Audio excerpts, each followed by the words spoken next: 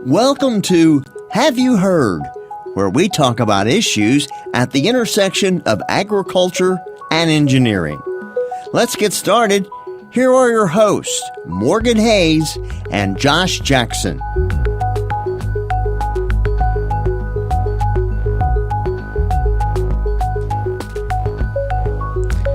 Welcome to the Have You Heard podcast. This is episode number 7. Today we're going to start our show with what's happening on the farms. We've had a long break here over the winter holidays and a little delay here getting our 7th episode up. We had some winter weather last week that caused us to delay this episode. But we're getting started here with our 2022 with a special guest. We have with us today Matt Dixon. He's a senior meteorologist at the Ag Weather Center here at UK. And he's going to give us a little bit of an update on what's been happening and what's going to happen here for the rest of winter. And we need a little advice right now, Matt. Oh, man. It's been a wild month. And I'm sure you guys haven't been liking it too much with all the rain recently. But, we go back to early December. We had the tornado outbreak. We go to Christmas. We had temperatures in the 70s. That's not normal. We went to New Year's. A lot of rainfall again. We had another tornado outbreak. And then here recently, we're supposed to tape this podcast last week. But, sometimes you get 8-10 inches of snow. And that kind of throws a hammer into this. So then the cold temperatures right after. So it's been a very, very wild winter thus far. Hopefully it calms down a little bit. So is this a El Nino or La Nina pattern for us? This is a La Nina this year. We talk about El Nino, La Nina. It's a climate pattern, climate oscillation out in the equatorial Pacific Ocean. When temperatures are cooler than normal, we're in a La Nina. When sea surface temperatures in the equatorial Pacific are warmer than normal, we're in an El Nino. And those sea surface temperatures actually have quite the impact on what we're going to see here in the Ohio Valley. And with a La Nina, we're thinking warmer temperatures, wetter conditions. And that's pretty well what we've seen this year so far. December, second warmest December on record. Wow. Ever. Huh. And that goes to show we had temperatures in the 70s on Christmas, but that data goes back to 1895. So we're talking 120 plus years, and we just saw the second warmest December on record. Number one, you might be curious. I know Matt Dixon brings the stats for you, but number one was 2015. So okay. I don't know if you guys remember that winter, but anyways, it's been pretty warm here in the Ohio Valley. December, we were right close to normal when it comes to precipitation, but then we got January 1st, and we got all kinds of rainfall. And we've been in this wet pattern recently, and luckily, the next week, we're pretty well dry until Friday, Saturday, and then quarter to a half inch. So all right, it's better than the 2+ inches we've been getting. So I guess my question with this La Nina, are we going to have another February where we see 10 inches of rain, or we've had that? It was it 2019 or 2018? Right. 2018, I think. Well, I can't say for sure. You guys know us meteorologists, but I can say our past several winters have been trending warmer and wetter around here. That's what our latest set of climate normals is telling us right now. So we're really planning on warm and wet winters compared to recent years. I know me and you were talking beforehand. You could remember. I remember moving hay in December and January. And now it seems I can't even move any hay, get the ground where it gets good and frozen. It doesn't seem like we have many good freezing days. So I'm always concerned now about when we frost seed in February. Is that almost too late to throw down seed to get a good frostful heathing going on? The ground's not freezing like it used to. We're definitely seeing warmer winters as of late. Obviously, the rain's not helping at all. But these new climate normals that came out, I guess I'll preface this. Is that like the past 20 years or? So climate normals are updated every decade, and they give us something to compare our current forecast, our current conditions to. So our climate normals might tell us highs on the day are supposed to be in the low 40s for this time of year. Now, that's not saying it's actually going to be in the low 40s. I mean, we're going to struggle in the 30s today. But it gives us something to compare our current weather conditions or our forecast to. And these climate normals are updated every 10 years. So our last set of climate normals was based on the years 1981 through 2010. Our new set of normals is based on the years 1991 to 2020. So whenever we took off the years of 81 through 90 and we added the years of 2011 through 2020, we saw that our climate here in the Ohio Valley was shifting to a much wetter and warmer climate. And that's not only on the annual basis, but that's on the seasonal basis also. So, and you say shifting, but how much is it shifting? So just to give you an idea, looking at precipitation, if I remember right, our average state annual precipitation average was roughly 47 inches per year on that 1981 to 2010. Now we're up to 50 inches, Wow. right around there. Now, some places like Lexington, we went up 4.5 inches. So more so the eastern half of the state is seeing those upward trends much wetter. Western Kentucky is seeing an upward trend, just not as significantly. Temperatures, we're getting warmer.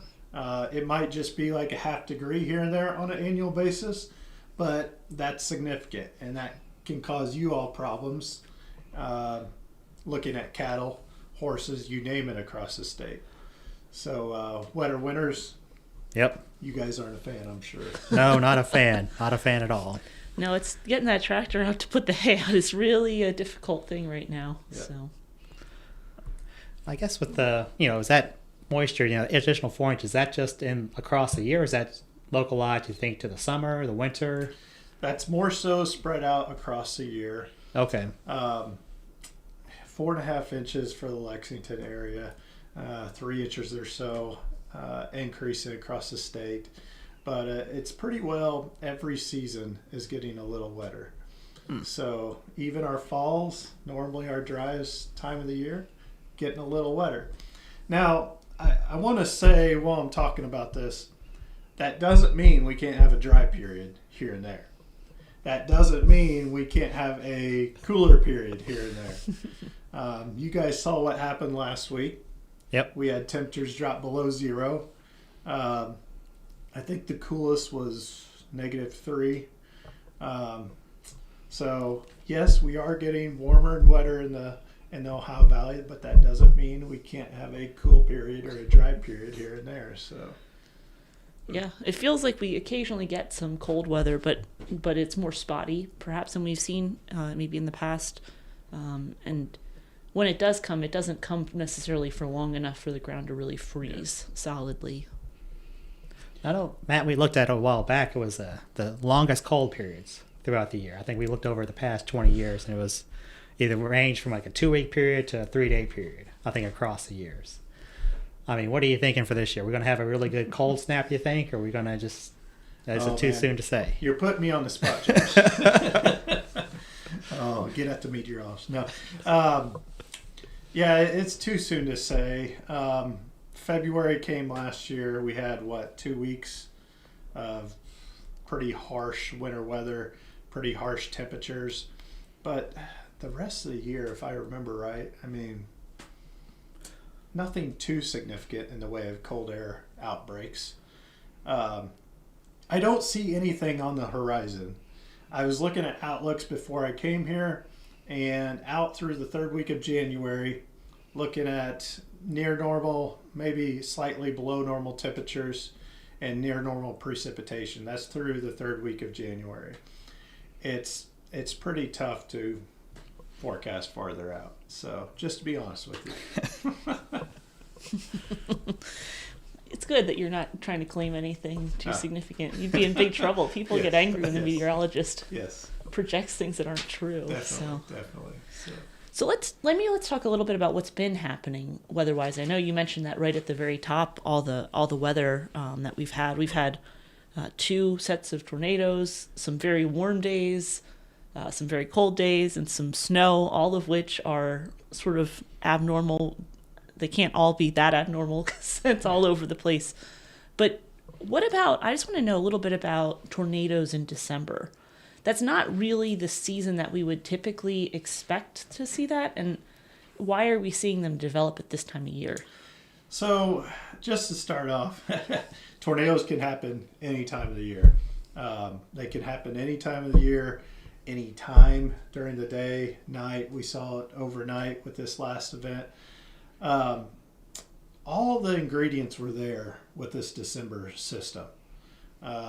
We had the wind shear, we had the instability. Wind shear is basically winds increasing in speed and direction with height, so you're getting that circulation through the atmosphere.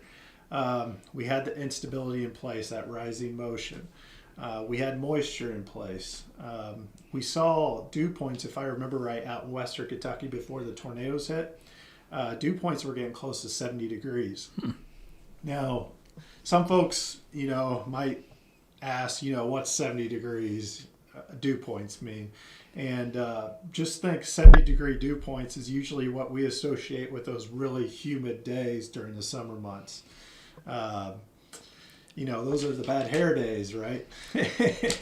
But it all came together in December, early December, to create this major severe weather outbreak.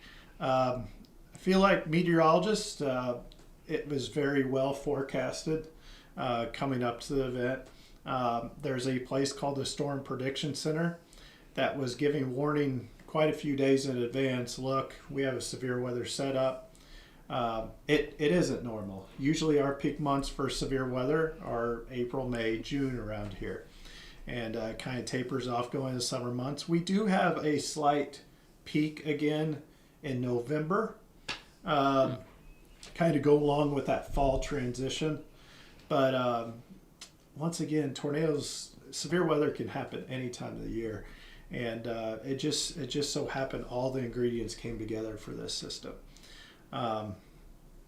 Biggest outbreak since, I believe, 2012. March 2nd, 2012, here in Kentucky. I went and saw the damage right after, jaw-dropping, something you never want to see. It was an EF4 tornado out in Princeton. I think they put winds, estimated peak winds at 170 miles per hour there. So tornadoes you don't normally see in December. They can happen. But an EF4 tornado, that's something you don't hardly ever see, even across the course of the year. So EF4 tornado, I'll just tell you guys real quick. It goes from an EF0 to an EF5 scale.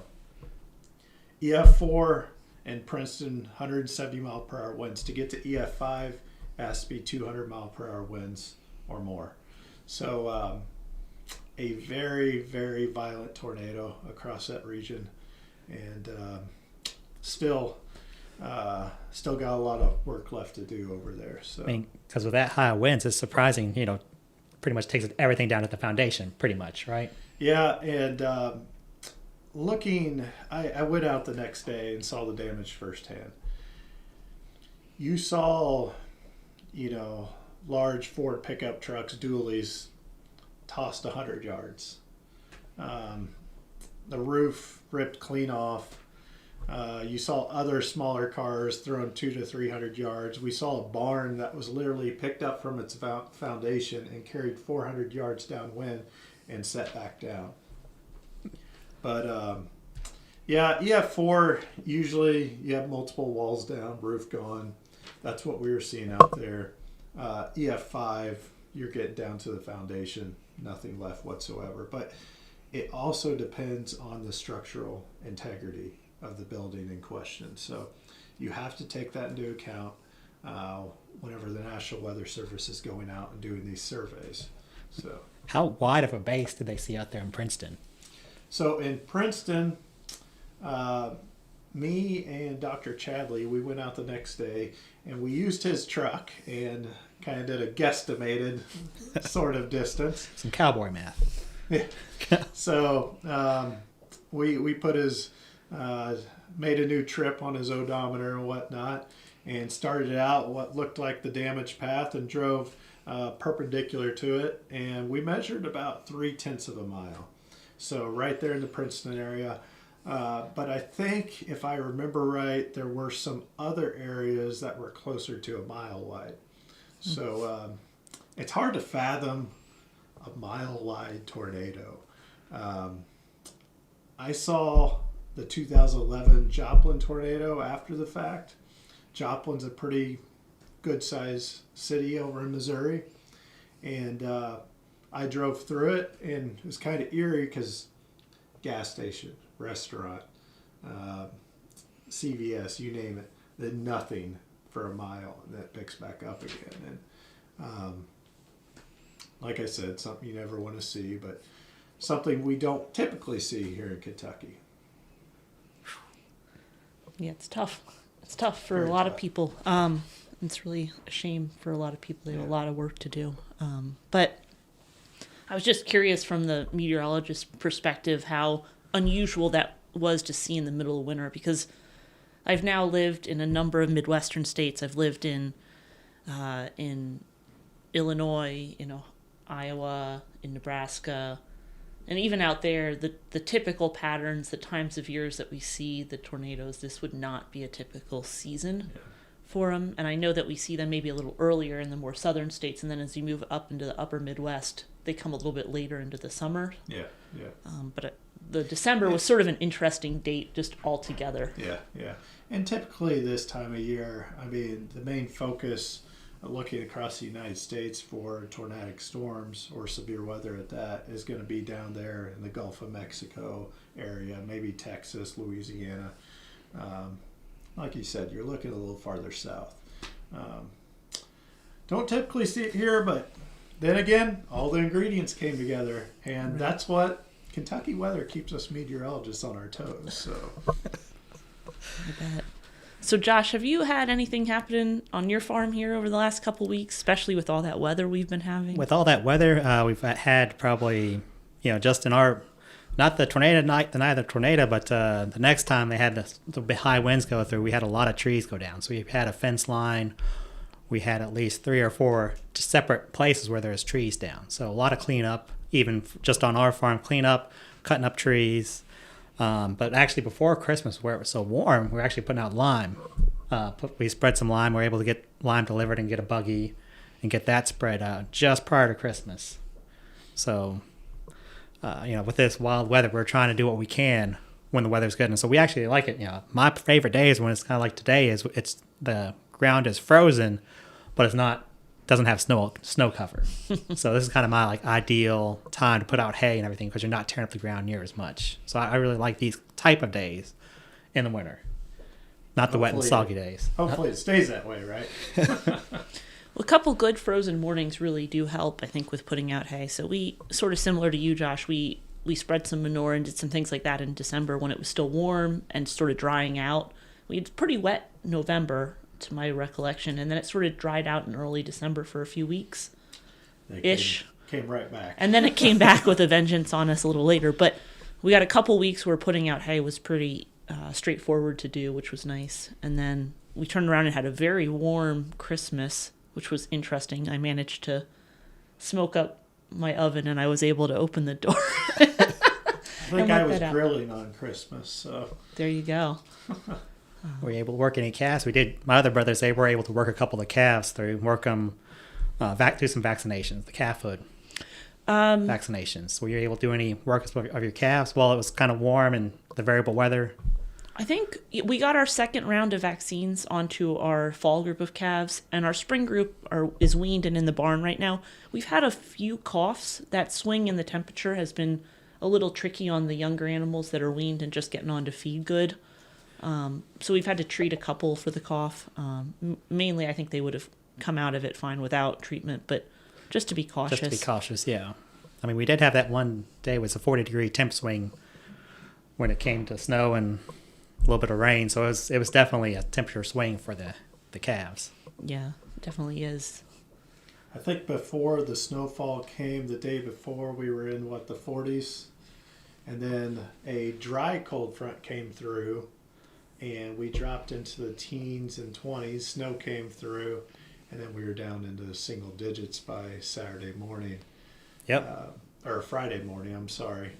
Stayed cool on Friday, and then we warmed up pretty significantly on Saturday. So there's been quite the shifts in temperatures. These swings, I feel like, are really hard on the calves. You know, just because you get that additional rainfall that gets on them, gets wet, then they get cold again. The swings, I feel like, are the hardest. If it was just snow, for me, it doesn't seem like it's nearly as hard as if you have that snow and rain mixture there. Yeah, I think having the snowfall come in wasn't so bad. It was actually this last set of rainfall at 40 that's a little bit scarier when you have a lot of animals out on pasture. It's a little bit tougher on them. But it seems like Morgan and I were talking about the other day, it seems like she's observing more Nebraska-like winds out here. We got a consistent wind here the past couple of weeks. I'm like, is this is something she'd expect out west? And I'm like, I think it's definitely seems like more to me, but I don't know. Get your thoughts on it, Matt? Well, tell you the truth, I mean, our winters, that's usually our windier part of the year here in Kentucky. During the summer months, we look at something called the jet stream, the highest winds aloft. That lifts north of our area for the most part, and we don't see the high winds that we normally associate in the winter when that jet stream sinks back down into our area. So that jet stream has more of a wave-like pattern during the winter months here in Kentucky. Some of those higher winds will mix down to the surface, and then again we have more of these strong, abrupt cold fronts moving through the area that adds to some of that wind. So we talk about pressure gradient force. I don't know if we want to go into that, but we got high and low pressure systems right next to each other. A stronger pressure gradient between the two is going to kick those winds up. So a number of factors, but it is how it is. And so it's winter weather. Okay, that's winter weather in Kentucky. So do we ever calculate normals for wind the same way we do for temperature and precip? So you have wind roses, whatnot. You might be familiar with those. Typically, our winds are from the southwest. I believe it's all year. Yep. Yes, we will see fluctuations from the northwest, east, you name it. But predominantly throughout the year, our winds are from the southwest here in Kentucky. And I believe you guys take that into account whenever you're building structures, right? Yes. Very important. Yeah, absolutely. Yeah. So, and I believe that's different from what is seen up in the Great Plains, right? Correct. In the Great Plains, they see a southerly wind in the summer months and a winter wind from the north. Yes. So definitely something to take into account in Kentucky whenever you're putting these structures up. But wind speeds, like I was saying, more so during the fall, winter months, tapering off during the summer. But Okay. Yeah, it's interesting. The wind has definitely it has felt more pronounced in the last couple weeks than I would say it typically does. Maybe there's something about my house that I don't know currently that's making it so noticeable to me, but it just seems like we've had pretty consistently strong winds over a number of days, and maybe that's why we've also had some unusual weather patterns as well, that they've been kind of coming together. Interesting. Well, go ahead, Josh. I think that's pretty much all. I think the question we have for you today, Matt. Yeah, we really appreciate you coming on and talking to us. I'm always really interested to know what the weather forecast is looking like and how it's projecting out. And hopefully as we get closer to maybe hay season and into the spring, we'll have you back on, because you had some really interesting thoughts. I heard your presentation on it, on number of days dry in a row that we've had. And as we come sort of into that hay season, I want to talk a little bit more about it and delve into it. Number of baling days are going down. So it's that wet weather. Yeah. So I guess we'll see you at Farm Show, though.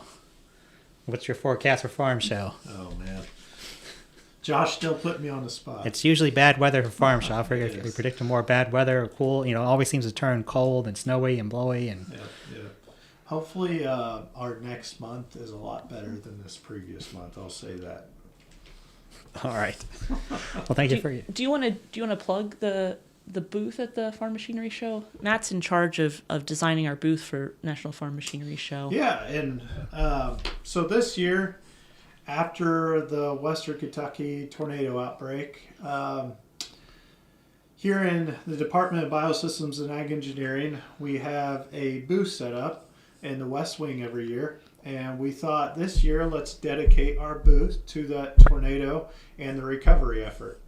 So we're going to show some of the damage that was seen across Western Kentucky. We're in the process now of trying to get approved of bringing some debris into our exhibit, but also making it a donation opportunity for people to help those people in need across Western Kentucky. We're also going to link in with the BAE department, talk about temporary fencing, maybe something in regards to emergency preparedness, generators. Believe we're going to talk a little bit about safe shelters, have some scale models that you may incorporate in your household. But all in all, showing what happened out in Western Kentucky and trying to help those folks that are in need out there. So, all right. So if anyone's heading to the National Farm Machinery Show in Louisville, we will be there. We will be there all week, at least in some capacity. One or more of the three of us will be there all week. I believe it's February 16th through 19th this year. That is correct. Yep. And so if you guys are around and you want to stop in the West Wing and say hello, we would be glad to say hello. Yep. We'll definitely be there. We'll talk winter weather. And with that, I think we'll end today's podcast, and we will see you guys on Thursday, hopefully on time this time. Hopefully no more winter weather coming our way. Have You Heard is a production of the University of Kentucky College of Agriculture, Food and Environment, along with the Department of Biosystems and Agricultural Engineering. Discover what's wildly possible at ca.uky.edu.